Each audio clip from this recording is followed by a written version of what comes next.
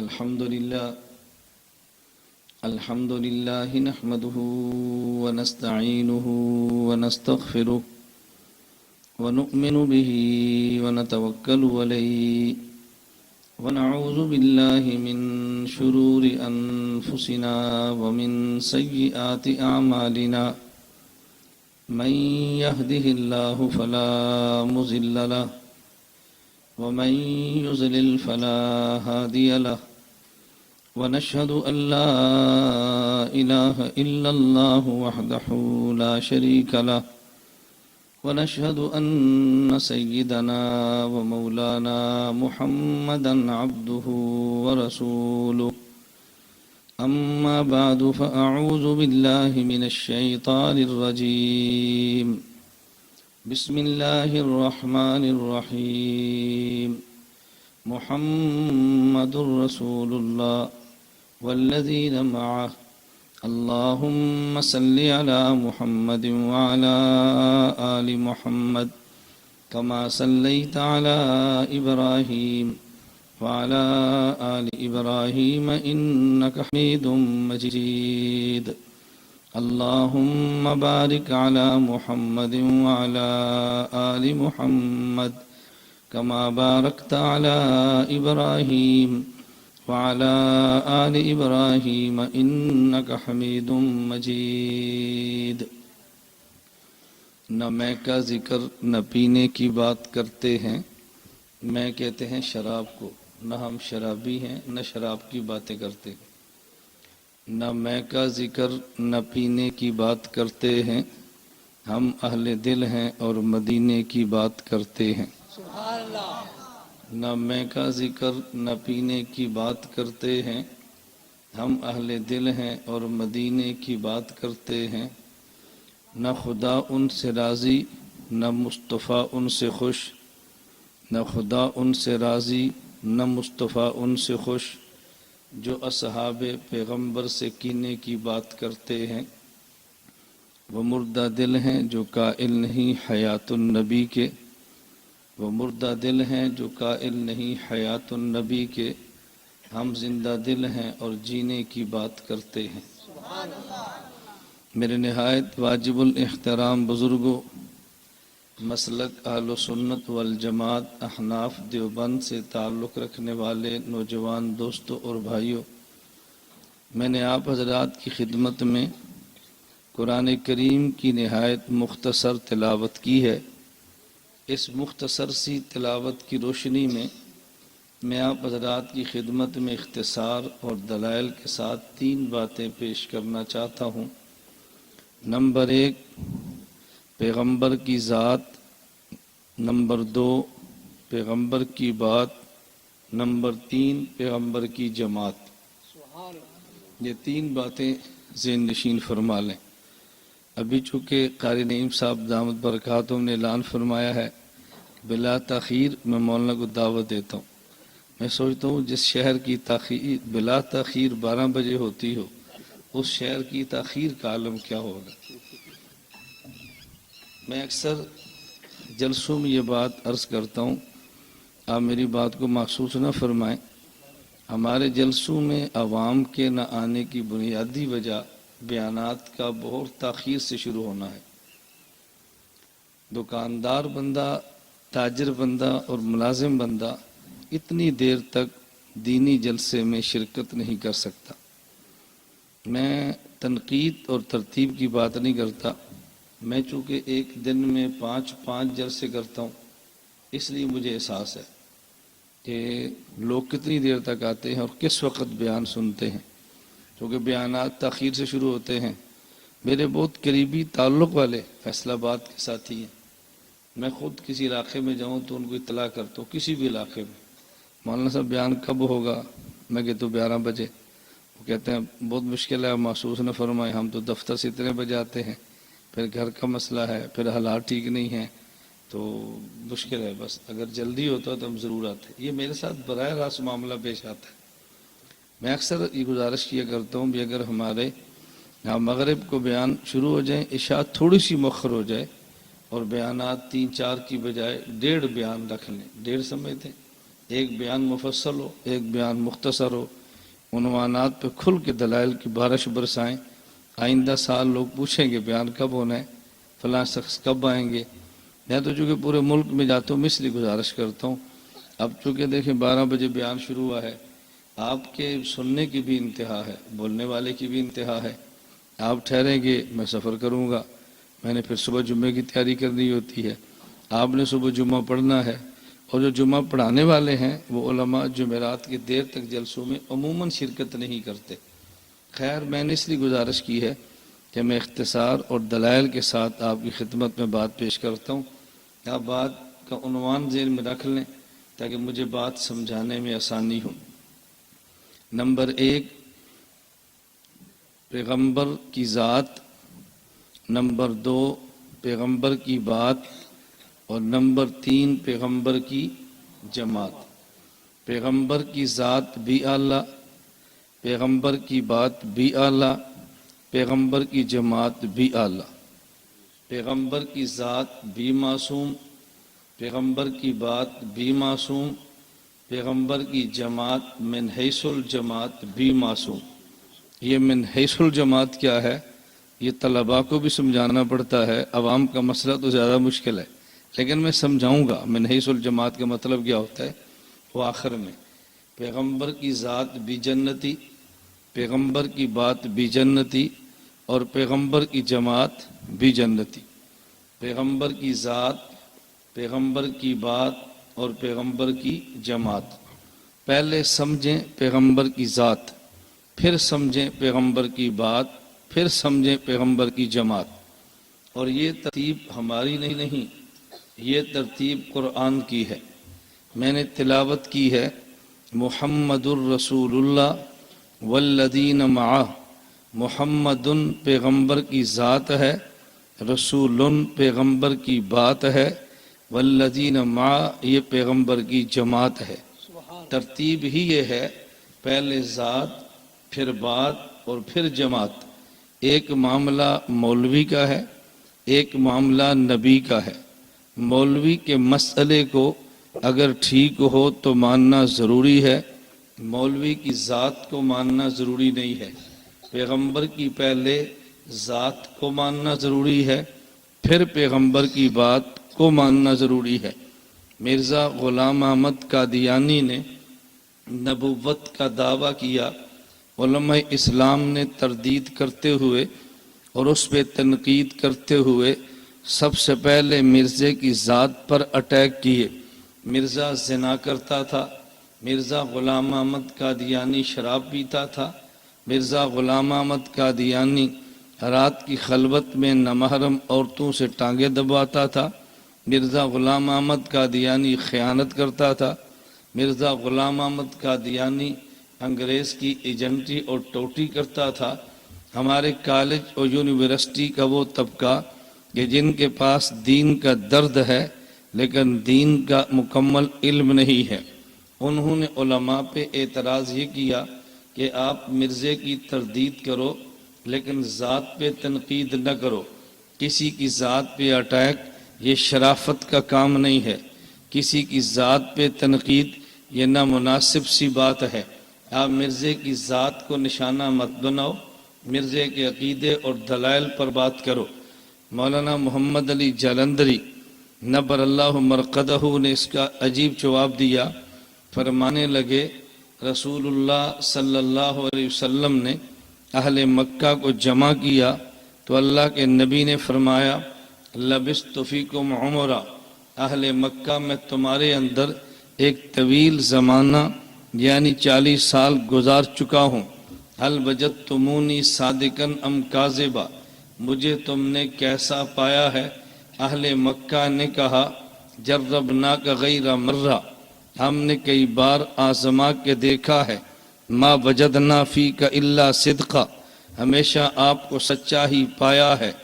رسول اللہ صلی اللہ علیہ وسلم نے فرمایا قولوا لا الہ الا اللہ تفلحوا، کلمہ پڑھو نجات پا جاؤ گے۔ اب اس میں بات شروع کہاں سے ہے؟ لبستو سے۔ بات ختم کہاں پر ہے؟ قولو پہ۔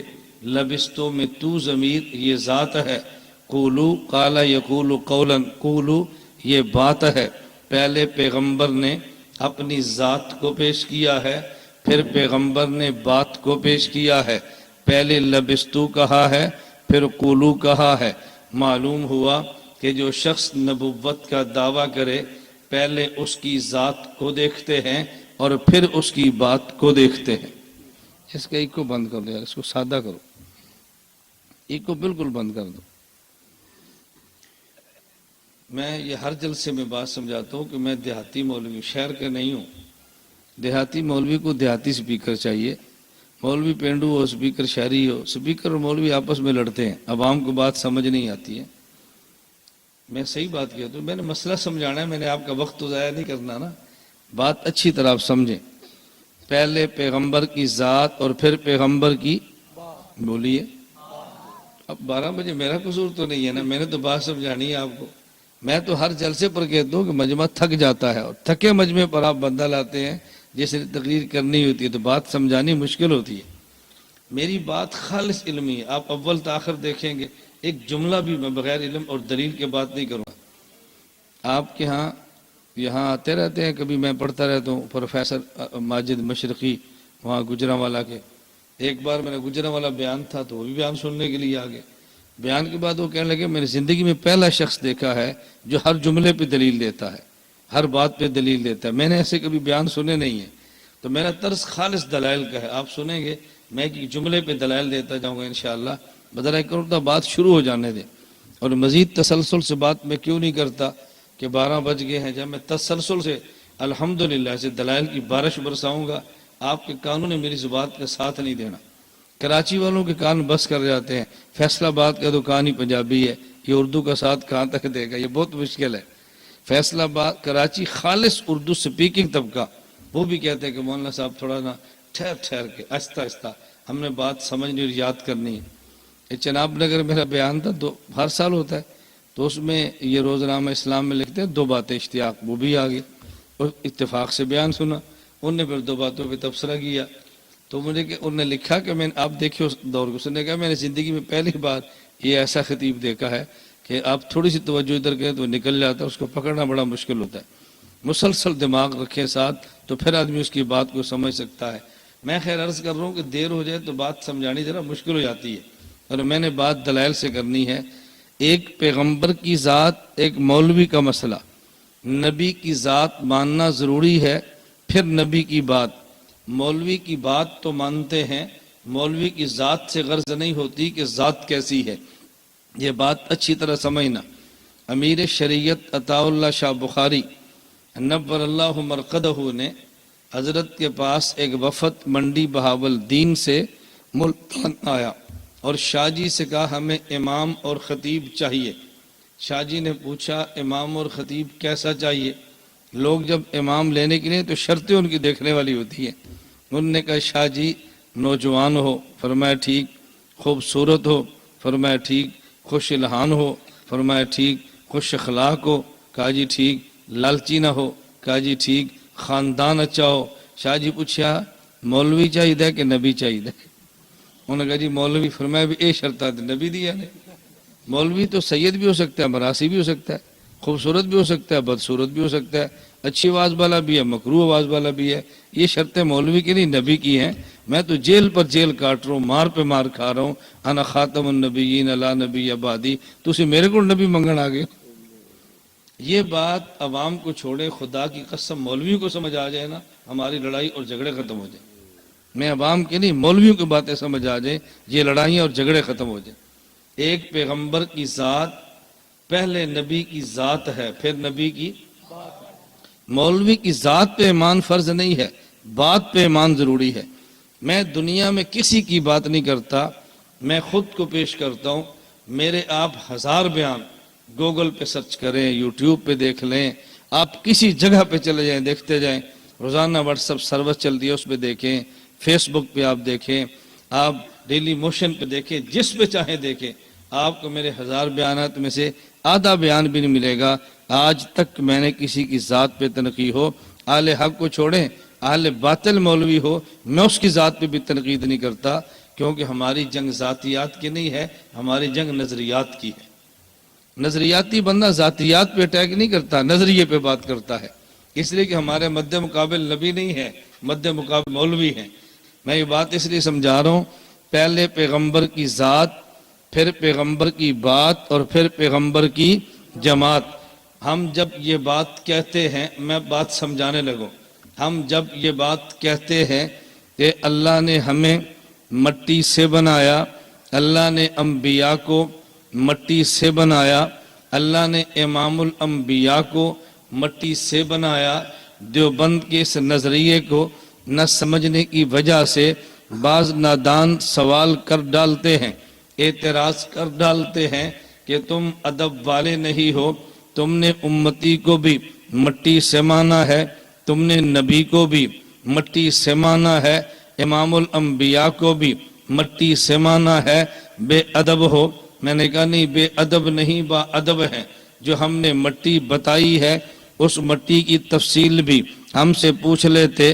ہمارا نظریہ یہ ہے، خدا نے امت کو مٹی سے بنایا، انبیاء کو مٹی سے بنایا، امام الانبیاء کو مٹی سے بنایا، لیکن جس مٹی سے امت کو بنایا وہ مٹی زمین والی ہے، جس مٹی سے انبیاء کو بنایا وہ مٹی جنت والی ہے، جس مٹی سے امام الانبیاء کو بنایا وہ مٹی جنت الفردوس والی ہے۔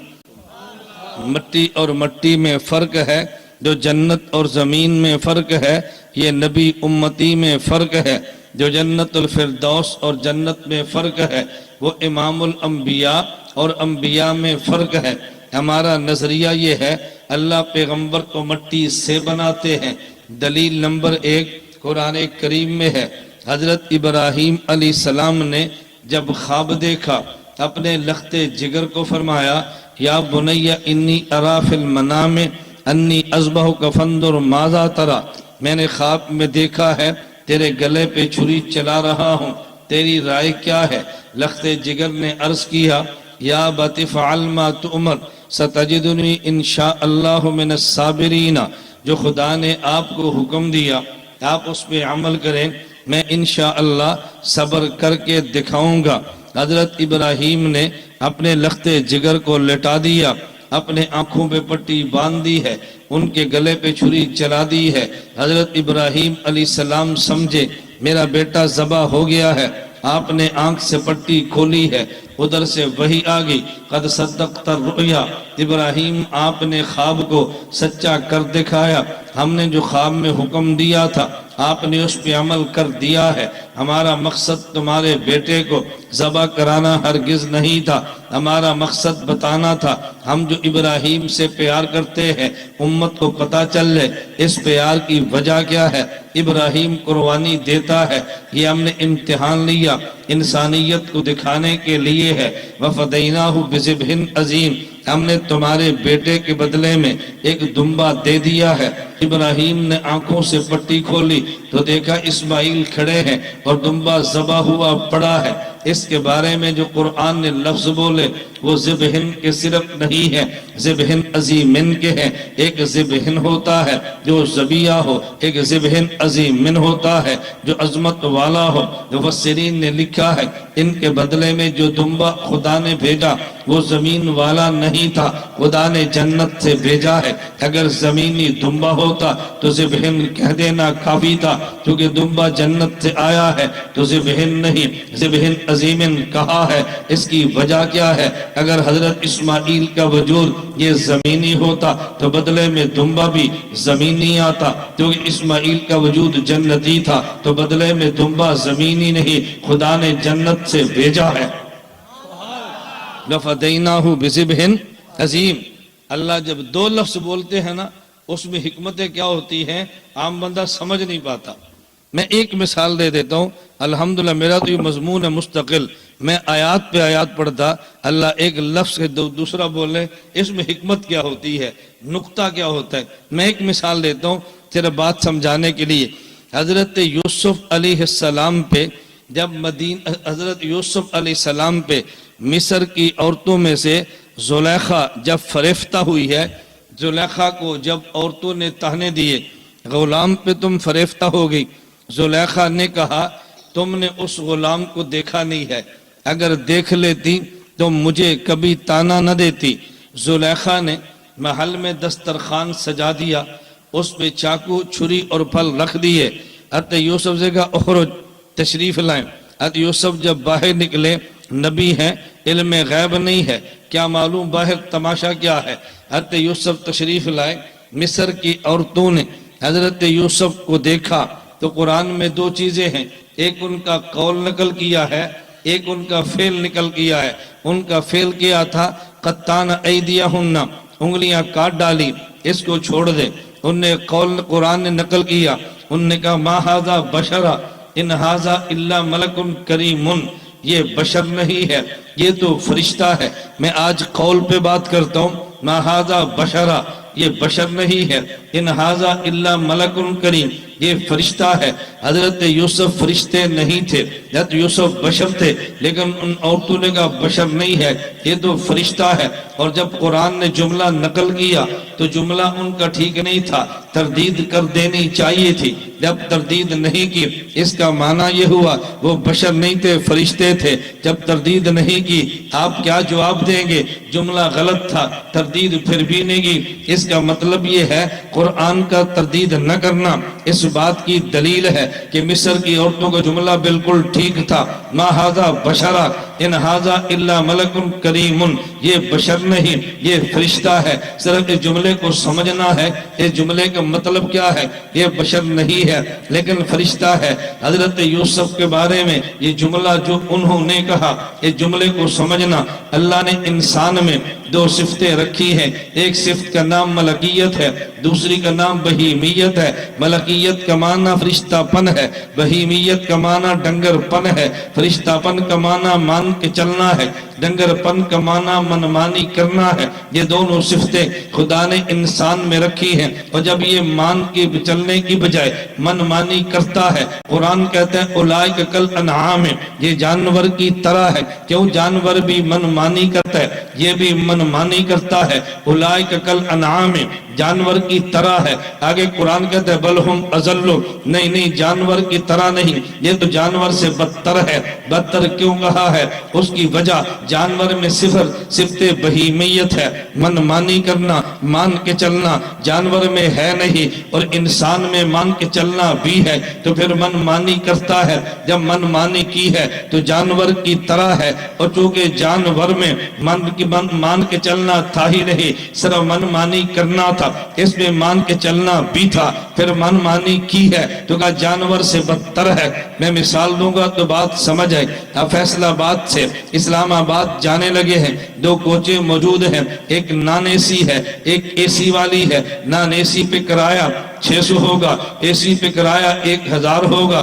آپ یہاں سے چلے ہیں، راستے میں آپ کی گاڑی کا اے سی خراب ہو گیا، وہ کام نہیں کرتا، آپ یہ نہیں کہتے ہماری گاڑی نان اے سی کی طرح ہے، آپ کہتے ہیں یہ نان اے سی سے بدتر ہے۔ یہ کیوں کہتے ہیں؟ نان اے سی میں اے سی تھا نہیں، چلتا بھی نہیں ہے، اور اے سی گاڑی میں اے سی تھا لیکن نہیں چلتا، اب اسے نان اے سی کی طرح نہیں کہتے، اے سی سے بدتر کہتے ہیں۔ انسان کے مزاج میں مان کے چلنا بھی تھا، پھر منمانی بھی کی ہے، تو یہ جانور سے بدتر ہے۔ ان ھذا الا ملک کریم۔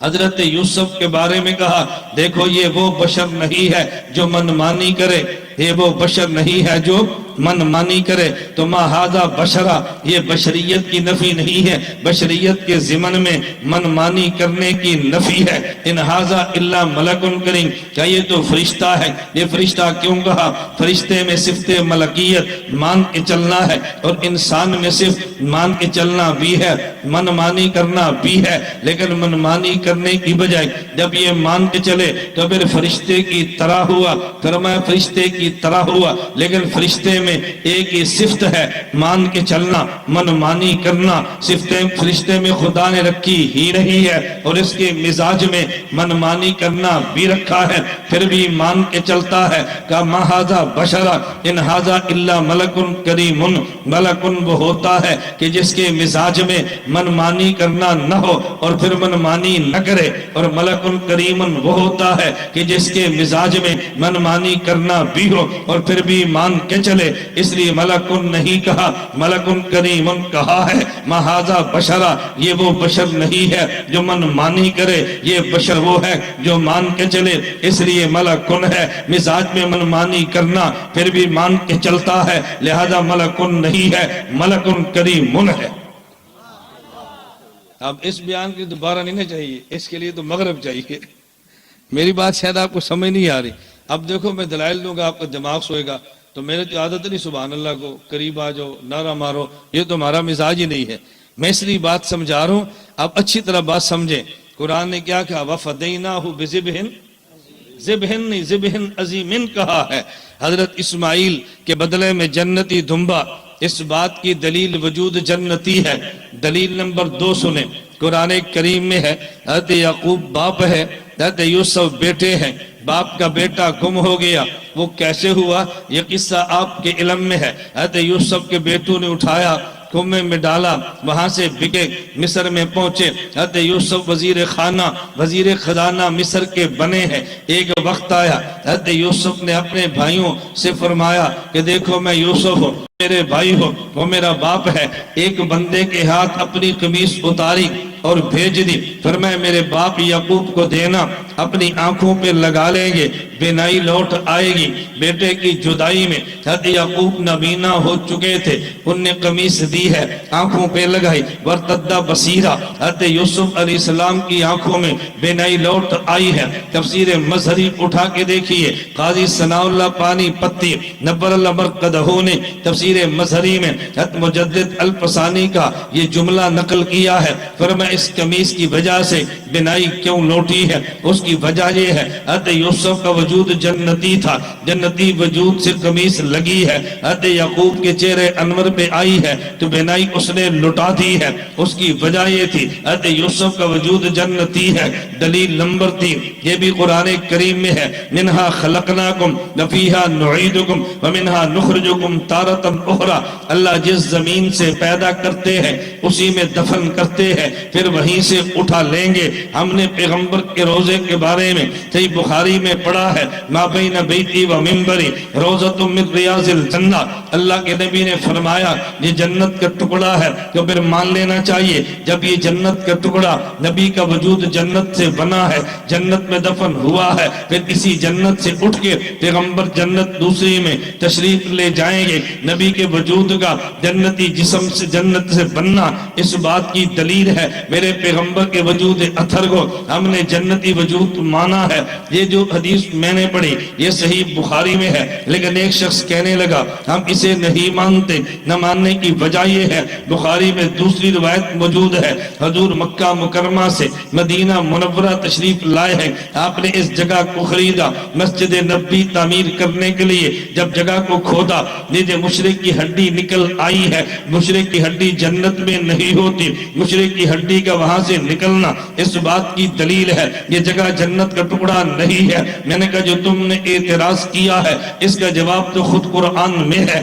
جب خدا نے حضرت آدم کو پیدا کیا اسجدوا لآدم فرمایا، فرشتوں سے کہا، ابلیس سے کہا میرے آدم کو سجدہ کرو، فسجد الملائکہ، تمام فرشتوں نے سجدہ کیا ہے الا ابلیس، ابلیس نے نہیں کیا، ابا انکار کیا ہے، واستکبر تکبر کیا ہے، وکان من الکافرین، اور یہ کافر ہو گیا ہے۔ اور ابلیس کہاں تھا؟ کہا جی جنت میں۔ میں نے کہا تم کہتے ہو مشرک کی ہڈیاں جنت میں کیسے؟ قرآن سے پتا چلا ان مشرکین کا باپ ابلیس یہ تو جنت میں ہے، اگر یہ ابلیس جنت میں ہو سکتا ہے مشرک کی ہڈی کیوں نہیں ہے؟ کہا جی قرآن آگے پڑھیے، قرآن نے اخرج کہا ہے، ابلیس کو نکال دیا۔ میں نے کہا بخاری بھی آگے پڑھیے، نبشت کہا ہے، میرے مصطفی کو وہاں سے نکال دیا ہے، وہ اس جنت میں ابلیس تھا، وہاں سے خدا نے اسے نکالا۔ اس جنت میں مشرک کی ہڈی ہے، مصطفیٰ نے اسے نکالا، وہ بھی جنت اور یہ بھی جنت، وہ بھی جنت اور یہ بھی جنت ہے۔ میں بتا یہ رہا تھا ہمارے پیغمبر کو جس وجود سے جس جگہ سے وجود دیا وہ جنت کا ٹکڑا ہے۔ اللہ نبی کے جسم کو جنت سے بناتے ہیں، پھر نتیجہ کیا نکلتا ہے؟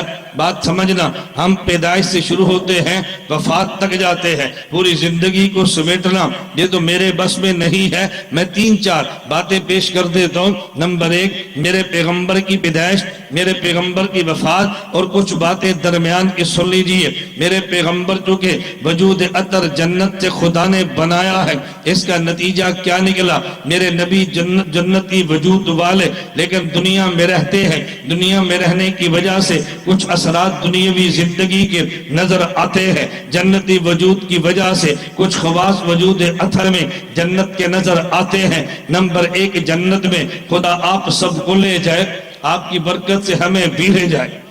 اللہ آپ کو بھی لے جائے، آپ کی برکت سے مجھے بھی لے جائے۔ ہم تو برکت کے بھی قائل ہیں، توسل کے بھی قائل ہیں، فیض کے بھی قائل ہیں۔ میاں والی ایک جگہ میرا بیان تھا، حدیث بخاری پر درس تھا، جیسے افتتاح اور اختتام ہوتا ہے، مجھے میزبان فرمانے لگے مولانا صاحب آج 70% مجمع ان کا ہے، ذرا یہ مسئلہ نہ چھیڑیں۔ میں نے کہا پھر تو چھیڑنا یہ چاہیے تاکہ 70% کو سمجھ آئے۔ یہ عجیب پالیسی ہے۔ آپ رمضان آنے والا ہے، اپنی مسجد میں خطیب کو بلائیں اور کہنا جی مولانا صاحب رمضان پہ بات نہ کرنا، یہاں کچھ لوگ روزے نہیں رکھتے، ہماری مسجد میں اختلاف ہو جائے گا۔ آپ کسی خطیب کو بلائیں تو یہاں حفظ قرآن پہ بات نہ کرنا، کچھ لوگوں کے بچے قرآن نہیں پڑھتے تو پھر جھگڑا ہو جائے گا۔ ہمارے مدرسے میں آپ آئیں، یہ نماز پہ تقریر نہ کرنا، کچھ لوگ نماز نہیں پڑھتے، ان کی دل آزاری ہوگی۔ ادھر جلسے کراتے ہیں مولانا صاحب آج بیان نماز پہ کرنا، کچھ لوگ نماز نہیں پڑھتے، بیان روزے پہ کرنا، کچھ لوگ روزے نہیں رکھتے، بیان زکوٰۃ پہ دینا، ہمارے محلے میں کچھ لوگ زکوٰۃ نہیں دیتے، آج حفظ قرآن کی ترغیب دینا، کچھ لوگ بچے حافظ قرآن نہیں بناتے۔ جب ہماری باری آتی ہے تو لوگ کہتے ہیں آج حیات النبی پہ تقریر نہ کرنا، ہمارے محلے میں 2 وہ بھی ہیں، آج تقلید پہ بات نہ کرنا، سٹیج پہ ایک وہ بھی ہے، آج اسم سنت پہ بیان نہ کرنا، ایک ہم نے بدتی بھی بلایا ہے۔ یہ عجیب منطق ہے جو ہمیں سمجھ نہیں آتی، باقی ہر کسی کو کہتے ہیں اس مسئلے پہ بیان کرنا تاکہ وہ ٹھیک ہو جائے، ہمیں کہتے ہیں آپ نہ کرنا، ان کو ٹھیک نہیں کرنا۔ بھئی جب بندے 2-4 بلائے ہیں آپ نے تو مسئلہ یہ بیان کرنا ان کو بھی سمجھ آ جائے۔ یہ میں بات غلط کہہ رہا ہوں ٹھیک کہہ رہا ہوں؟ جو مجھے نہیں سمجھ آتی میں کہتا ہوں مجھے نہیں سمجھ آتی، یہ پالیسیاں ہمیں امت کی سمجھ نہیں آتی، اللہ ہمیں بات سمجھنے کی توفیق دے۔ بعض پالیسیاں مجھے نہیں سمجھ آتی، میں سوال کرتا رہتا ہوں، میں چلے ایک سوال آپ سے کر لیتا ہوں۔ میں نے کراچی کیا ہے، مجھے انہوں نے کہا جی ہمیں بھی نہیں پتا۔ میں ملیشیا گیا ہوں، پوچھتا ہوں ہمیں بھی نہیں پتا۔ میں آپ سے پوچھتا ہوں شاید آپ مجھے بات سمجھا دیں۔ میری ایک الجھن ہے جو مسلسل میں اس میں پھنسا پڑا ہوں، میری الجھن دور نہیں ہوتی۔ میری الجھن کیا ہے؟ قرآن کے 3 حق ہیں، نمبر 1 قرآن کو پڑھنا، نمبر 2 قرآن کو سمجھنا، نمبر 3 قرآن پہ عمل کرنا۔ یہ ہر بندے پر قرآن کے کتنے حق ہیں؟ 3۔ نمبر 1 قرآن پڑھنا، نمبر 2 قرآن سمجھنا، نمبر 3 قرآن پہ عمل کرنا۔ جب بھی کسی بندے نے قرآن پڑھنا ہو خود یا اس کے بیٹے نے پڑھنا ہو، دینی مدرسے میں جائیں گے، قاری صاحب ہمارے بچے کو قرآن پڑھا دیں۔ 6 سال کا بچہ ہے تب بھی قاری صاحب کے پاس، اگر 60 سال کا بوڑھا ہے تبلیغ کی برکت سے ٹھیک ہوا، عالم کے بیان سے ٹھیک ہوا، خانقاہ میں شیخ کی نظر سے ٹھیک ہوا، کہتا ہے جی میں بوڑھا ہوں، میں نے قرآن نہیں پڑھا، قاری صاحب مجھے قرآن پڑھا دو۔ میں نے کئی جگہوں میں پوچھا ہے، آج تک کوئی آپ کے فیصلہ آباد میں کسی 60 سال کے بزرگ نے خود یا 6 سال کے بچے کو قرآن پڑھانا ہو؟ کسی اسکول میں گئے ہوں، ہمیں ٹیچر دو ہمارے بچے کو قرآن پڑھا دو، کسی کالج کے اندر گئے ہوں، پروفیسر دو ہمارے بچے کو قرآن پڑھا دے، کسی یونیورسٹی میں گئے ہو، ہمیں پی ایچ ڈی ڈاکٹر دو ہمارے بچے کو قرآن پڑھا دے، کہاں جاتے ہیں؟ ڈولو مدرسے میں، قاری دو ہمارے بچے قرآن پڑھا دے۔ اچھا جب سمجھنے کی باری آتی ہے تو پھر ہمیں کہتے ہیں ہمارے محلے میں ایک ڈاکٹر ہیں درس قرآن دیتا ہے، آپ بھی آئیں قرآن اسے سمجھیں۔ بھئی میں کہتا ہوں قرآن اسے پڑھتے کیوں نہیں ہے؟ سمجھتے صرف ہیں۔ کہتے نہیں وہ قرآن سے تجوید سے پڑھ نہیں سکتا۔ میں نے کہا اس کی مثال ایسی ہے، میں فیصل آباد آپ کے پاس آؤں اور ایک بابا جی میرے پاس آئے، مولوی صاحب میرا پتر امریکہ رہندا ہے، انہیں انگریزی میسج کر لیا تے مینوں پتہ ہے تینوں انگریزی پڑھنی تے نہیں ہوندی پر سمجھاتے دے نا۔ میں کہتا بابا میرے انگریزی پڑھنی نہیں ہوندی سمجھاواں کیویں؟ ہر بندہ کہے گا بابا تیرا دماغ ٹھیک ہے، بھائی مولوی صاحب نے انگریزی پڑھنی نہیں ہوتی تو سمجھان دے کیویں؟ تو جو انگریزی پڑھ نہ سکتا ہو اسے سمجھنا ٹھیک نہیں ہے، اور جو قرآن پڑھ نہیں سکتا سمجھنا اسی سے ہے۔ مجھے آج تک یہ منطق نہیں سمجھ آئی، میں نے کراچی پوچھا ہے، بیرون پوچھا ہے، کوئی اس کا جواب نہیں دیتا۔ کہتے جی بات تو آپ کی ٹھیک ہے۔ میں نے کہا جب ٹھیک ہے تو مان لو، بھائی جب پڑھنا مولوی سے ہے تو سمجھنا کس سے ہے؟ نہیں سمجھنا پی ایچ ڈی ڈاکٹر سے ہے، سمجھنا پروفیسر سے ہے، سمجھنا ذاکر نائک سے ہے، سمجھنا خامدی سے ہے، سمجھنا فرحت ہاشمی سے ہے، سمجھنا کسی اور سے ہے، پڑھنا تو آڑے کوڑوں ہے۔ یہ عجیب فلسفہ ہے بھئی، جو پڑھ نہیں سکتا وہ سمجھا کیسے سکتا ہے؟ میری گزارش سمجھ آ رہی ہے آپ کو؟ جس آدمی کو بات سمجھنا ہے تو پوچھنی چاہیے نا، مجھے نہیں سمجھ آتی میں آپ سے پوچھتا ہوں، میں ہماری ٹینشن ہے اس کو آپ دور کریں، اللہ ہمیں بات سمجھنے کی توفیق عطا فرمائے۔ میں عرض یہ کر رہا تھا بات اچھی طرح سمجھیں۔ انہوں نے کہا جی آج 70% وہ ہے، وہ مسئلہ نہ چھیڑیں، میں نے ان کی رعایت کر لی۔ چھیڑنا تو میں نے تھا، چھوڑتا تو میں نہیں ہوں، مسئلہ تو ہم نے بیان کرنا ہے، ہم نے زندگی داؤ پہ لگائی ہے ان عقائد کے بیان کرنے میں، تو آدمی چھوڑتا کیسے ہے؟ میں نے پون گھنٹہ تک بخاری کی روایت پہ بات کی، جب میں نے محسوس کیا لوگ خوش ہیں، اب کوئی ٹینشن ان کو نہیں ہے، میں نے کہا اللہ آپ سب کو مدینہ لے جائے۔ مسئلہ سمجھ آ گیا؟ کہتے ہاں۔ میں نے کہا اللہ سب کو مدینہ لے جائے۔ دوسرے کہتے ہیں آمین۔ میں نے کہا اللہ تمہاری برکت سے مجھے بھی لے جائے۔ کہتے ہیں آمین۔ میں نے کہا کچھ شرم اور حیا کرو، کچھ شرم کرو۔ بہت ان کو تعجب ہوا، ہم دعا دیتے ہیں یہ ہمیں ڈانٹتا ہے۔ میں نے کہا میں ڈانٹتا نہیں ہوں، ابھی میں اگر کہہ دیتا حضور کی برکت سے اللہ مدینہ دکھا دے، آپ نے کہنا تھا شرک ہے، نبی کا وسیلہ جائز نہیں ہے۔ میں نے کہا تمہاری برکت سے خدا مجھے بھی لے جائے، آپ کہتے ہیں آمین۔ تھوڑا وسیلہ جائز ہے تو نبی دا جائز نہیں، سبحان اللہ۔ میں نے کہا چلو بھی آگے بیان شروع کرتے ہیں، مسئلہ تو سمجھ آ گیا نا ان کو؟ میں صرف سمجھا یہ رہا تھا اللہ میں مسائل سمجھنے کی توفیق عطا فرمائے۔ میں بتا رہا تھا پیغمبر کا وجود اللہ نے کہاں سے بنایا؟ جنت ہے۔ اب جنتی وجود کے کچھ آپ خواص دیکھیں، میں بات پھر سمیٹتا ہوں۔ نمبر 1، جنت میں ثقل نہیں ہے، جنت میں بوجھ نہیں ہے، جنت میں ہلکا پن ہے۔ اللہ کے نبی امی آمنہ کے پیٹ میں ہیں، بھائی آمنہ فرما رہی ہیں حضور میرے پیٹ میں ہیں، میں امید کے ساتھ ہوں، لیکن مجھے محسوس ہی نہیں ہوتا کہ میں امید کے ساتھ ہوں۔ اس کی وجہ اللہ کے نبی کا وجود جنتی ہے، جنت میں ثقل نہیں ہے، جنت میں خفت ہے، جنت میں بوجھ نہیں ہے، جنت میں ہلکا پن ہے۔ یہی وجہ پیغمبر اپنی ماں کے پیٹ میں ہے، انہیں بوجھ محسوس نہیں ہوتا۔ بوجھ تو تب ہوتا جب وجود زمینی ہوتا، بوجھ نہیں ہے، اس لیے کہ وجود جنتی ہے۔ میرے پیغمبر کے وجود اثر کے بارے میں آپ نے پڑھا ہے، پھر دوبارہ آپ پڑھ لیجئے۔ اللہ کے نبی دنیا میں ہے، اگر سورج کی دھوپ لگے پسینہ آ جاتا ہے، اللہ کے نبی مشقت کا کام کرے پسینہ آ جاتا ہے، ہم پہ دھوپ پڑے پسینہ آ جاتا ہے، مشقت کا کام کرے پسینہ آ جاتا ہے، لیکن جب ہمیں پسینہ آئے اس سے بدبو نکلتی ہے، ہمیں صابن سے صاف کرنا پڑتا ہے، اس میں خوشبو لگانی پڑتی ہے، لیکن پیغمبر کے وجود اثر کو دیکھ لیجئے، پسینہ نکلے گا لیکن بو نہیں آئے گی۔ پیغمبر کے وجود اثر میں پھر بھی خوشبو ہے، پیغمبر کے مبارک پسینے میں خوشبو ہے۔ میرے اور تیرے وجود میں پسینہ نکلا تو بو ہے، نبی کے وجود سے پسینہ تو خوشبو ہے۔ اس کی وجہ ہمارا وجود زمین سے بنا ہے جس میں بو ہے، پیغمبر کا وجود جنت سے بنا ہے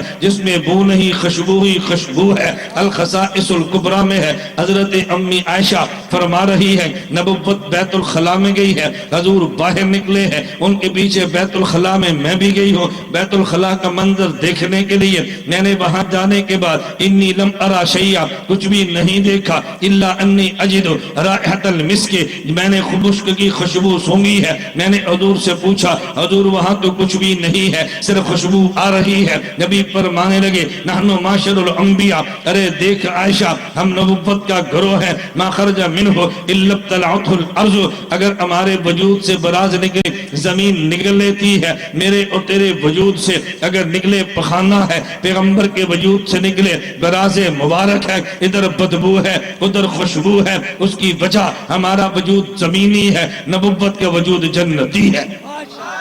میرے پیغمبر کا وجود جنتی ہے، جنت میں وبا نہیں ہے، جنت میں شفا ہی شفا ہے۔ پھر نتیجہ کیا نکلتا ہے؟ میرے اور آپ کے منہ سے اگر پانی نکلے اسے تھوک کہہ دیتے ہیں، پیغمبر کے منہ مبارک سے نکلے اسے لعاب کہہ دیتے ہیں۔ کسی باہر دفتر میں جا کے دیکھ لینا، کسی کمرے کے باہر دیکھنا، وہاں لکھا ہوگا یا تھوکنا منع ہے۔ اگر پوچھ لیا جائے بھئی تھوکنا کیوں منع ہے، جواب ملتا ہے اس لیے کہ تھوک کے اندر یہ جراثیم ہے، بیماریاں پھیل جاتی ہیں، اس کا معنی یہ ہے میرے اور تیرے تھوک میں وبا ہے، بیماریاں ہیں۔ لیکن میرے پیغمبر کے مبارک لعاب کو دیکھ لیجئے، حضرت علی المرتضیٰ ہے، خیبر کا موقع ہے، فرمایا میں کل ان کے ہاتھ میں جھنڈا دوں گا جن کے ہاتھ میں خدا نے فتح لکھی ہے۔ حضرت علی المرتضیٰ کو بلایا، ان کے ہاتھ میں علم دیا، جھنڈا دیا۔ حضرت علی المرتضیٰ نے عرض کیا میری آنکھیں دکھ رہی ہیں، پیغمبر نے لعاب علی کی آنکھ پہ لگایا، خدا نے شفا دی ہے۔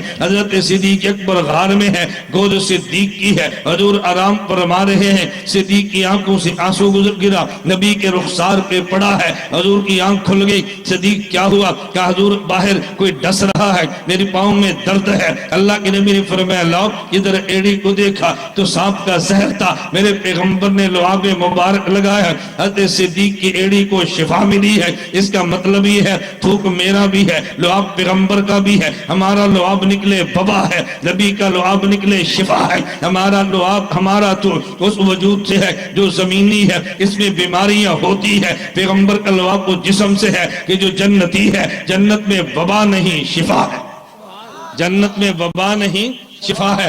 حضرت رسول اللہ نے صدیق کی ایڑی پہ لعاب لگایا، شفا ملی ہے۔ میں بات کھولتا چلا جاؤں، ایک شخص کہنے لگا یہ بات ماننا ہمارے لیے کچھ مشکل ہے۔ میں نے کہا وجہ؟ کہتے ہیں پیغمبر کو دیکھ لیجئے کتنے بڑے ہیں، صدیق کو دیکھ لیجئے نبوت کے مقابلے میں کتنے چھوٹے ہیں، یہ امتی ہے، وہ نبی ہے، یہ غلام ہے، وہ آقا ہے، یہ مقتدی ہے، وہ امام ہے۔ ہم کیسے مانے پیغمبر کا لعاب ہو صدیق کے پاؤں پہ لگے وہ پاک ہے، اس کا پاؤں تو ناپاک ہے، ہم کیسے مانے یہ پیغمبر کے لعاب کی بے ادبی ہے؟ میں نے کہا نانا اگر تو حنفیت کا مزاج رکھتا تطبیق دے لیتا، کوئی مشکل نہیں تھا۔ تم نے صدیق نبوت کا ایک رشتہ دیکھا ہے، ہم نے صدیق نبوت کے دونوں رشتے دیکھے ہیں، اگر ان کا رشتہ ایمان والا دیکھے، صدیق غلام ہے، نبی آقا ہے، صدیق مقتدی ہے، نبی امام ہے، صدیق امتی ہے، حضور نبی ہے، لیکن رشتہ اگر ان کا جسم و جان والا دیکھ لیتے تو پھر صدیق سسر ہے اور نبی داماد ہے، داماد بیٹا ہے، سسر باپ ہے، داماد بیٹا ہے، سسر باپ ہے، بیٹا بیٹا ہے، خواہ وہ بڑا ہو، باپ باپ ہے، خواہ وہ چھوٹا ہو۔ تم نے ایک چیز تو دیکھی ہے لیکن دوسری دیکھی ہی نہیں ہے۔ میں بتا یہ رہا تھا پیغمبر کا لعاب مبارک شفا والا ہے۔ میں سے پڑھ کے گئے تو الخصائص الکبریٰ میں روایت موجود ہے، ام ایمن فرماتی ہے میں حضور کے گھر میں تھے، حضور آرام فرما رہے تھے، ہم بھی اسی گھر میں ہیں، حضور رات کو اٹھے ہیں، اللہ کے نبی اٹھے، گھر مبارک میں ایک تشت پڑا ہوتا تھا جس میں بوقت حاجت حضور بول فرما لیتے، بعد میں گھر والے اسے اٹھا لیا کرتے۔ رسول اللہ صلی اللہ علیہ وسلم رات کو اٹھے، آپ نے تشت میں بول فرمایا، ام ایمن کہتی ہے کنت انا تشانۃ، میں رات نیند سے بیدار ہوئی، مجھے پیاس لگی تھی، فشربت بما فیہ، میں نے تشت میں نبی کا بول مبارک پی لیا ہے، فلما اصبح اخبرتہ، جب صبح ہوئی میں نے حضور کو بتا دیا، ذائقہ اللہ کے نبی مسکرا پڑے اور پھر فرمانے لگے لن تشتکیا بطنوں کی بعد یوم کی حاضہ، ام ایمن آج کے بعد تیرے پیٹ میں کبھی بیماری نہیں آئے گی، بے قول میرا اور تیرا وہ وبا والا ہے، نبی کا بول مبارک شفا والا ہے، میرا اور تیرا بول اس جسم سے ہے جو زمینی ہے، اس میں وبا ہے، پیغمبر کا بول اس جسد عطر سے ہے جو جنتی ہے، اور جنت میں وبا نہیں شفا ہے۔ میرے پیغمبر کا وجود جنتی ہے، خدا نے جنت سے بنایا ہے۔ توجہ سے بات سمجھنا، ہم آگے چلتے ہیں، بھئی دنیا میں حضور تشریف ہوا، ہم بھی دنیا میں ہے، دنیا میں انسان جاگتا بھی ہے لیکن کب تک جاگتا ہے؟ اس کو نیند آ جائی وہ سو جاتا ہے، لیکن امتی کا صرف یہ معاملہ نہیں ہے، نبی بھی اس دنیا میں سو جاتے ہیں، لیکن فرق کیا ہے؟ سویا میں اور آپ بھی ہیں، سوئے اللہ کے نبی بھی ہیں، لیکن دونوں میں فرق روایت صحیح بخاری میں ہے، رسول اللہ صلی اللہ علیہ وسلم آرام فرما رہے ہیں، حضور سو گئے ہیں، نیند سے اٹھے ہیں، آپ نے نماز پڑھ لی ہے لیکن وضو نہیں فرمایا۔ امی عائشہ نے پوچھا یا رسول اللہ آپ سوئے ہوئے تھے، آپ اٹھے اور نماز پڑھ لی، وضو نہیں کیا؟ نیند سے وضو ٹوٹ جاتا نہیں ہے، آپ نے وضو کیوں نہیں کیا؟ اللہ کے نبی فرمانے لگے یا عائشہ عینیہ تنامان ولا ینام قلبی، میں نبی ہوں، نبی کی آنکھ سو جاتی ہے، نبی کا دل جاگتا ہے، اس کا مطلب یہ ہے امتی کی نیند جدا ہے، نبی کی نیند جدا ہے۔ جنت میں نیند نہیں ہے، جنت میں بیداری ہی بیداری ہے۔ ہمارا وجود زمین سے ہے، اس میں بیداری بھی ہے، نیند بھی ہے۔ نبی کا وجود جنتی ہے، اس میں نیند نہیں، بیداری ہی بیداری ہے۔ پیغمبر جاگتے ہو تب بھی دل جاگتا ہے، نبی سو جائے اوپر نیند آ بھی جائے قلب اطر میں بیداری تب بھی ہے۔ وجود جنتی جو ہے یہی وجہ نبی پر جاگتے جبریل آئے تب بھی وہی ہے، نبی سو جائے خواب دیکھ لے تب بھی وہی ہے۔ اس کی وجہ یہ ہے نبی کی وہی کان پہ نہیں، نبی کی وہی آنکھ پہ نہیں، نبی کے وہی دل پہ آتی ہے۔ انو نزلہ علی قلب، اور نبی سوتے ہو دل تب بھی جاگتا ہے، نبی جاگتے ہو دل تب بھی جاگتا ہے، نبی سو جائے تب بھی وہی ہے، نبی جاگتے ہو تب بھی وہی ہے۔ پیغمبر کے دل کا سونے کی حالت میں جاگنا اس بات کی دلیل ہے یہ دل اس جسم کا ہے جو جسم جنتی ہے، وہاں نیند نہیں، بیداری ہی بیداری ہے۔ میرے پیغمبر کا وجود جنتی ہے، جنت میں موت نہیں ہے، جنت میں حیات ہی حیات ہے، جنت میں موت نہیں ہے، جنت میں حیات ہی حیات ہے۔ ہمارا وجود زمینی ہے، ہم پہ موت آتی ہے، پیغمبر کا وجود جنتی ہے تو پھر چاہیے تھا پیغمبر کے وجود پہ موت نہ آتی، لیکن موت آئی ہے۔ کل نفس ذائقۃ الموت قرآن میں ہے، پیغمبر پہ موت آئی ہے۔ کل شیء ہالک الا وجہہ قرآن میں ہے، پیغمبر پہ موت آئی ہے۔ کل من علیہا فان قرآن میں ہے، پیغمبر پہ موت آئی ہے۔ انک میت قرآن میں ہے، لیکن پیغمبر کی موت یوں نہیں ہے جیسے میری اور تیری موت ہے۔ اس کی وجہ یہ ہے ہمارا وجود زمینی ہے، پیغمبر کا وجود جنتی ہے۔ جس طرح جنت میں نیند نہیں ہے، جنت میں موت بھی نہیں ہے۔ نبی کے وجود پہ نیند آ جائے تو ظاہر پہ آتی ہے، دل پہ نہیں آتی۔ پیغمبر پہ موت آ جائے تو ظاہر پہ آتی ہے، دل پہ نہیں آتی۔ پیغمبر کی آنکھ پہ موت ہے، پیغمبر کے قلب اطر میں حیات ہے۔ تو کہے گا کہاں لکھا ہے؟ لوکمانہ قاسم نانوتوی کو تفرد کہہ کے کبھی چھوڑ دیتے ہیں، میں کہتا ہوں نہیں، یہ صحیح بخاری میں درج ہے۔ اللہ کے نبی تشریف حضور پہ وفات آ گئی ہے، نبی دنیا سے چلے گئے ہیں، انتقال مبارک ہو گیا ہے۔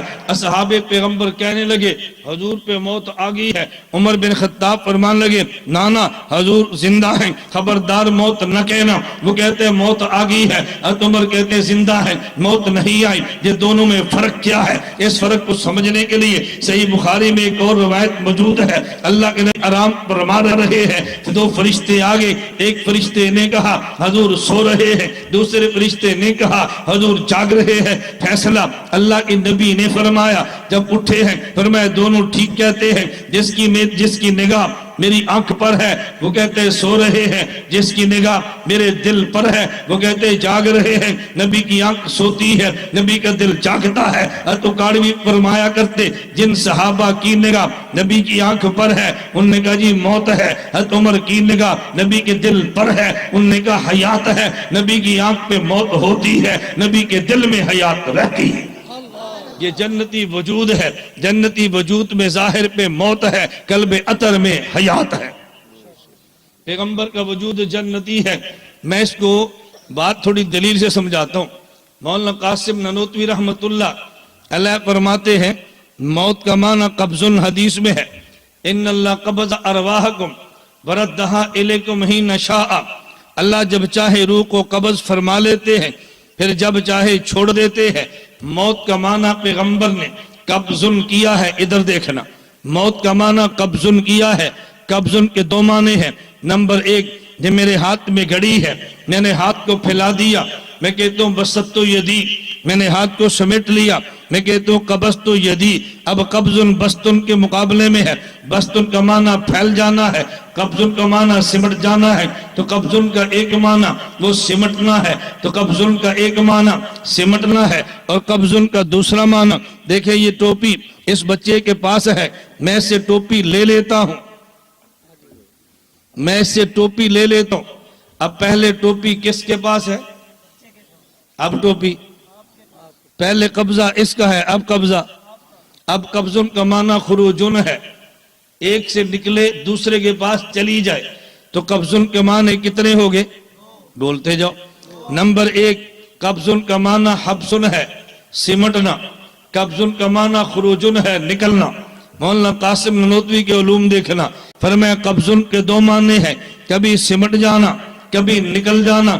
اللہ نے اللہ کے نبی جب موت کا معنی قبضن کریں فرمائے ہم ایک معنی امت کے لیے کرتے ہیں، ہم دوسرا معنی پیغمبر کے لیے کرتے ہیں۔ جب امت پہ موت آ جائے اس کا معنی خروجن ہے کہ روح نکل جاتی ہے، جب نبی پہ آ جائے تو قبضن ہے، اب اس کا معنی روح نبی کے جسد عطر سے قلب مبارک میں سمٹ جاتی ہے۔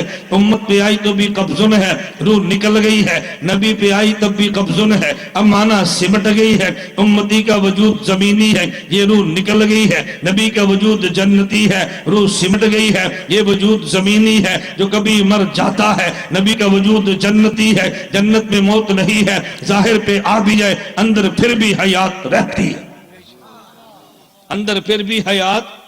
توجہ رکھنا، اگر آگ بھڑک رہی ہو، بھڑکتی آگ پہ آپ ٹھنڈا پٹرول چھڑک دیں، آگ بجھ جاتی ہے یہ بھڑک اٹھتی ہے؟ بات سوچ کے کہنا، آگ جل رہی ہے آپ ٹھنڈا پٹرول چھڑک دیں تو آگ بجھ جاتی ہے یہ بھڑک اٹھتی ہے؟ میں آپ سے پوچھتا ہوں کیوں بھڑکتی ہے؟ پٹرول تو ٹھنڈا ہے، آپ کہیں گے پٹرول اگرچہ اوپر سے ٹھنڈا لیکن اندر خاصا حرارت کا ہے، اندر مزاج اس کا حرارت کا ہے۔ اگر آگ جل رہی ہے اوپر گرم پانی ڈال دیجئے تو آگ بجھ جاتی ہے، بھڑکتی نہیں ہے۔ بھئی پانی تو گرم ہے، گرم آگ پہ ڈالا ہے، یہ آگ کیوں بجھی ہے؟ آپ کہیں گے پانی اوپر سے اگرچہ گرم ہے لیکن پانی کے مزاج میں برودت ٹھنڈک ہے، پانی کا خاصا برودت اور ٹھنڈک ہے۔ مولانا قاسم نانوتوی فرماتے ہیں پٹرول اوپر سے ٹھنڈا ہو اندر سے خاصا حرارت کا ہے، پانی اوپر سے گرم ہو اندر سے خاصا برودت کا ہے، پیغمبر کے ظاہر پہ موت ہو اندر خاصا حیات کا ہے، اندر خاصا حیات کا ہے۔ کیوں؟ یہ وجود دنیوی زمینی نہیں ہے، یہ وجود جنتی ہے۔ مولانا کی اگر بات سمجھنا ہے ایک مسئلہ میں آپ سے پوچھتا ہوں، آپ بتا دیجئے پیغمبر دنیا سے رخصت ہو جائیں، پیغمبر کی وفات مبارک کے بعد پیغمبر کی بیوی سے امتی کا نکاح ہو سکتا ہے؟ یہ مسئلہ میں آپ سے پوچھوں، پیغمبر کی وفات ہو جائے تو کیا پیغمبر کی وفات کے بعد پیغمبر کی بیوی سے امتی کا نکاح ہو سکتا ہے؟ بولیے، جو مسئلہ آپ کو پتا ہے وہ تو آپ بتائیں نا، جو نہیں پتا ہو میں سمجھا دوں گا۔ وفات کے بعد پیغمبر کی بیوی سے امتی کا نکاح ہو سکتا ہے؟ بولیے، اب مغرب سمجھ آ رہی ہے؟ بولتے نہیں ہیں، جب اس پر بھی آپ سے بولنا مشکل ہو گیا۔ سمجھ آئے پھر بولنا مشکل ہے، نہ سمجھ آئے تو آدمی کہاں تک چلے گا۔ میں آپ سے پوچھتا ہوں پیغمبر کی بیوی سے امتی کا نکاح ہو سکتا ہے؟ کیوں؟ بتاؤ۔ والدہ ہے اور امت کی ماں والدہ تو ایک ہی ہو گئی نا، اس کے علاوہ کوئی اور وجہ؟ نبی زندہ ہیں، کوئی اور وجہ؟ اب بتا آپ نے دو وجہ بتائی ہیں۔ بعضوں نے یہ کہا کہ پیغمبر کی وفات کے بعد ان کی بیوی سے امت کے نکاح نہ ہونے کی وجہ امت کی ماں ہے، بعضوں نے کہا نکاح نہ ہونے کی دوسری وجہ نبی زندہ ہیں۔ میں دونوں وجہ توڑنے لگا ہوں۔ میرا سوال یہ ہے پیغمبر کی بیوی امت کی روحانی ماں ہے یا جسمانی؟ اب بولتے جائیں، روحانی۔ استاذ کی بیوی شاگرد کی ماں ہے یا نہیں؟ روحانی جسمانی؟ استاد کی وفات کے بعد شاگرد استاد کی بیوی سے نکاح کرنا چاہے تو ہو سکتا ہے، روحانی ماں سے تو نکاح نہیں ہوتا۔ پیر کی بیوی مرید کی روحانی ماں ہے یا جسمانی؟ بولتے جائیں۔ پیر کی وفات کے بعد مرید کا نکاح پیر کی بیوی سے ہو سکتا ہے، آپ کہتے روحانی ماں سے نہیں ہو سکتا۔ نمبر دو، آپ نے کہا اس لیے نکاح نہیں ہو سکتا کہ پیغمبر زندہ ہیں اور زندہ کی بیوی سے نکاح نہیں ہے۔ میرا سوال یہ ہے شہید زندہ ہے یا نہیں؟ شہید کی بیوی سے کوئی دوسرا نکاح کر سکتا ہے؟ آپ کہتے ہیں زندہ سے نکاح نہیں ہوتا، ادھر کہتے کر سکتا ہے۔ پھر ایک بات پہ قائم رہو نا، اب دیوبندیت کو سمجھو اور حضرت مولانا قاسم نانوتوی رحمت اللہ علیہ کو سمجھو۔ اب بات سمجھنا، شہید قتل ہو گیا، اس کے جسم کے تمام اجزاء سے روح جدا ہو گئی، روح کا تعلق منقطع ہو گیا، روح کا تعلق ختم ہو گیا۔ شہید کی بیوی نکاح سے نکل گئی، یہ نکاح میں تب تک تھی جب تک جسم کے ساتھ روح کا تعلق تھا، تعلق ٹوٹ گیا، بیوی نکاح سے نکل گئی۔ جب دوبارہ اعادہ روح ہوا، شہید کی روح کو لٹایا گیا، اب بیوی نکاح میں نہیں ہے، وہ بیوہ بن چکی ہے، وہاں قبضن کا معنی خروجن ہے، روح نکل چکی ہے۔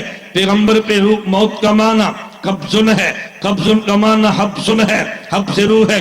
پیغمبر پہ موت آئی ہے، پاؤں مبارک سے لے کے سر مبارک تک روح موجود تھی، پورے جسم عطر سے سمٹ کے قلب عطر میں جمع ہے، تو نبی کی روح خروجن نہیں ہے، نبی کی روح میں حبسن ہے۔ تو جب یہ روح نکلی نہیں، قلب عطر میں سمٹ گئی ہے، مجھے بتاؤ پیغمبر کی بیوی پیاہ سے نکلی ہے، نکاح سے تب نکلتی جب روح نکل جاتی، روح کا تعلق ختم ہو جاتا۔ یہ تعلق ختم ہوا نہیں ہے بلکہ روح سمٹ گئی ہے، شہید کی روح نکل گئی ہے، بیوی نکاح سے نکلی تو بیوہ بن گئی ہے، جب زندگی ملی وہ بیوہ ہی نہیں اب بیوہ ہے، نبی کی روح سمٹ گئی ہے، بیوی بیوہ نہیں بنی اب بھی بیوی ہے، جب حیات آئی تو روح پھیل گئی ہے، شہید کو حیات ملی تو بیوی بیوہ بن چکی ہے، نبی کو حیات ملی ہے تو بیوی بیوی رہی ہے۔ تو کسی کی بیوی ہو اس سے نکاح نہیں ہوتا، کسی کی بیوہ ہو اس سے نکاح ہوتا ہے، شہید کی بیوی بیوہ بن جاتی ہے، پیغمبر کی بیوی وفات کے بعد بھی پیغمبر کی بیوی رہتی ہے، بیوہ سے نکاح جائز ہے، بیوی سے نکاح حرام ہے۔ نبی کا وجود جنتی ہے، نبی کا وجود، اس لیے امتی پہ موت آ جائے تو مولانا قاسم ننوتوی فرماتے ہیں کہ امتی کی موت مزیل حیات ہے، نبی پر موت آ جائے مزیل حیات نہیں، یہ ساتر حیات ہے۔ جیسے دیا جل رہا تھا، اوپر پیالہ رکھ دیا ہے، اس پیالے نے دیے کو چھپایا ہے، آگ کو بجھایا نہیں ہے۔ نبی کی موت کا پیالہ یہ ساتر حیات ہے، حیات کو مٹایا نہیں ہے، حیات کو چھپایا ہے۔ اور مولانا قاسم ننوتوی کا نظریہ یہ یوں نہیں ہے بلا دلیل ہو، قرآن سے ہے۔ مولانا قاسم ننوتوی فرماتے ہیں اللہ نے قرآن میں یوں فرمایا اِنَّكَ مَيِّتٌ وَإِنَّهُمْ مَيِّتُونَ، خدا نے پیغمبر کے لیے میتن کا لفظ الگ لائے ہیں، امت کے لیے میتونہ کا الگ لائے ہیں۔ اگر دونوں کی موت ایک جیسی تھی اللہ انکا وہم میتونہ فرما دیتے، دونوں کے لیے لفظ الگ الگ لانا اس بات کی دلیل ہے نبی کی موت الگ ہے، امت کی موت الگ ہے۔ بات توجہ سے سمجھنا، دونوں کی موت الگ الگ ہے۔ میں مثال دینے لگوں، ابھی جلسہ ختم ہوا، قاری صاحب اعلان کرتے ہیں بھی سارے بیٹھے، آپ نے کھانا کھا کے جانا ہے۔ میں بھی نیچے بیٹھ گیا، مجھے کہتے ہیں نہیں مولانا صاحب آپ کا کھانا ادھر ہے۔ بھئی ادھر کیوں کہا؟ ابھی تو آپ نے اعلان کیا سارے بیٹھے کھانا کھا کے رہے، آپ بھی بیٹھے ہیں میں بھی بیٹھوں، پھر ان کا یہ کہنا آپ کا کھانا ادھر ہے ان کا ادھر ہے، تو پھر مان لو اس کھانے میں کچھ ڈشیں ہیں جو یہاں پہ نہیں ہے، وہ کھانا ادھر ہے یہ ادھر ہے، تو کھانے جدا ہے۔ خدا نے فرمایا انکا میتن وانہم میتون، پیغمبر میت تیری بھی ہے میتون یہ بھی ہے۔ اگر دونوں کی موت ایک جیسی ہے تو انکا وہم میتون فرما دیتے، نبی کے لیے میتون کا الگ لفظ، امت کے لیے میتون الگ لانا اس بات کی دلیل ہے نبی کی موت جدا ہے، میری موت جدا ہے، میرا وجود زمینی ہے، نبی کا وجود جنتی ہے۔ میں نے بات سمجھائی، پہلے مسئلہ سمجھے پیغمبر کی، بولو پیغمبر کی ذات کیا ہے۔ لو گھنٹہ ہو بھی گیا، آپ کو پتہ بھی نہیں چلا پتہ، میں 2 گھنٹے اور بولتا ہوں آپ کو پھر بھی پتہ نہیں چلنا۔ عقیدہ چیز ہی ایسی دلائل کے ساتھ ہو، میں قائد کی محنت کی لذت کیسے بتاؤں آپ کو۔ ہمیں جو لوگ سمجھانا شروع کرتے ہیں کہ مجھے تعجب ہوتا ہے کبھی، اب پتہ کیا کہتے ہیں اس مسئلے کا جواب، اس مسئلے کا قبر میں حساب ہوگا۔ میں نے کہا اب سوال ہے، پہلے نہیں تھا جب وہ بیان کرتے تھے، وہ جی دیکھو امریکہ سر پہ چڑھا ہے تو ہم نے یہ مسئلہ چھیڑا۔ میں نے کہا جب وہ چھڑتے تھے پھر امریکہ سر پہ نہیں تھا۔ جب جواب دیں پھر ساری طویلیں ہیں، وہ جی علمی مسئلہ ہے عوام میں نہیں لانا چاہیے۔ آپ کو سمجھ آ گیا؟ بولو۔ اچھا پھر میں کس کو سمجھاؤں؟ جب وہ لائیں تو علمی نہیں ہے، ہم لائیں تو علمی ہے، نہیں لانا چاہیے۔ اور بھئی ہم نے مسئلہ چھیڑا نہیں ہے، ہم نے مسئلہ سمجھایا ہے۔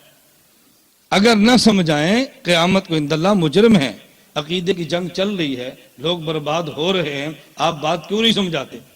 اور جس نے عقائد پہ بات کرنی ہے، ملامت بھی سننی ہے، تنقید بھی ہونی ہے، اس کے ساتھ سب کچھ ہونا ہے، اس کو دل تھوڑا سا بڑا رکھنا چاہیے، تب جا کر کے یہ آدمی عقائد کی دلائل کی جنگ لڑ سکتا ہے۔ میں بات سمجھا رہا تھا کتنی چیزیں، بولو کتنی؟ نمبر 1 پیغمبر کی، نمبر 2 پیغمبر کی، نمبر 3 پیغمبر کی۔ میں دونوں پر ایک ایک بات کہہ لیتا ہوں۔ پیغمبر کی ذات اعلیٰ کیوں؟ بولو، جنتی ہے، جنت اعلیٰ تو ذات اعلیٰ۔ پیغمبر کی بات اعلیٰ کیوں؟ رسول، توجہ رکھنا، کیوں؟ محمد رسول اللہ، کیوں؟ رسول کا لفظ بتاتا ہے یہ نمائندہ خدا ہے۔ نمائندہ اپنی بات نہیں کرتا، اس کی کرتا ہے جس کا نمائندہ ہو۔ وما ينطق عن الهوى ان هو الا وحی یوحی۔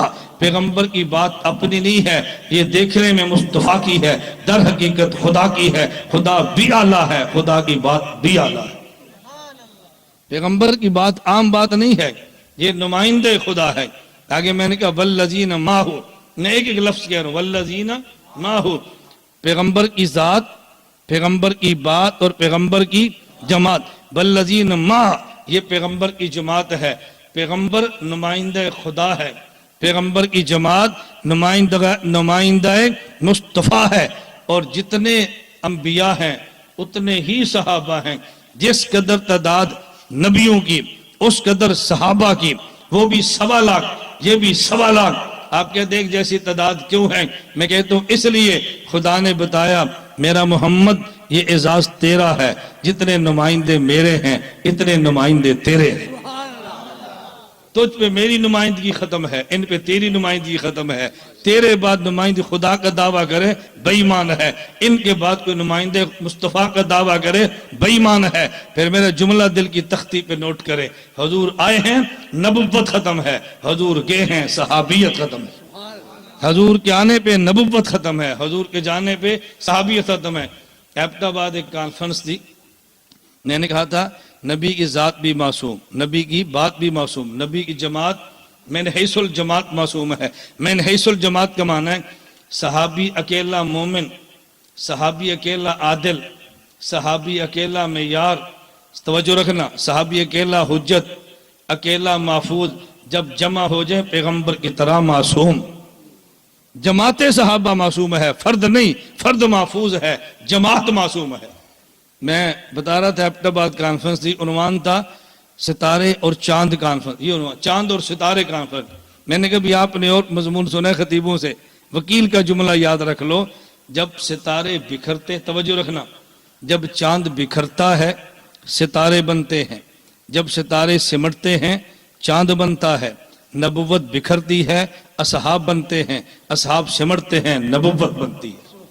نبی تنہا معصوم ہے، یہ جماعت معصوم ہے۔ پیغمبر کی ذات بھی اعلیٰ، پیغمبر کی بات بھی اعلیٰ، پیغمبر کی جماعت بھی اعلیٰ۔ پہلے ذات ہے یا پہلے بات ہے؟ میں پھر بات عرض کروں پہلے کیا ہے؟ ان قاری صاحب بھی کہنا جی ٹائم ہوتا ہے پیا، مجھے ٹائم کی آپ سے زیادہ ضرورت ہوتی، کیوں؟ میں جس طرح آنے پر پابندی کرتا ہوں ویسے جانے پر پابندی کرتا ہوں۔ نہ 1 منٹ لیٹ آتا ہوں، نہ 1 منٹ لیٹ جاتا ہوں، پورے وقت پہ بات ختم کرتا ہوں۔ ایسے گھڑی دیکھتا رہتا ہوں بھی 1 منٹ 1 سیکنڈ تو نہیں رہ گیا۔ اب جب ہم کہتے ہیں نہیں فلاں کو نہ بلاؤ، نہ بلاؤ، کہتے ہیں انہیں کوئی اختلافی گل کیتی ہے، کوئی اختلافی بات کی ہے، قرآن ہی تو پڑھا ہے نا۔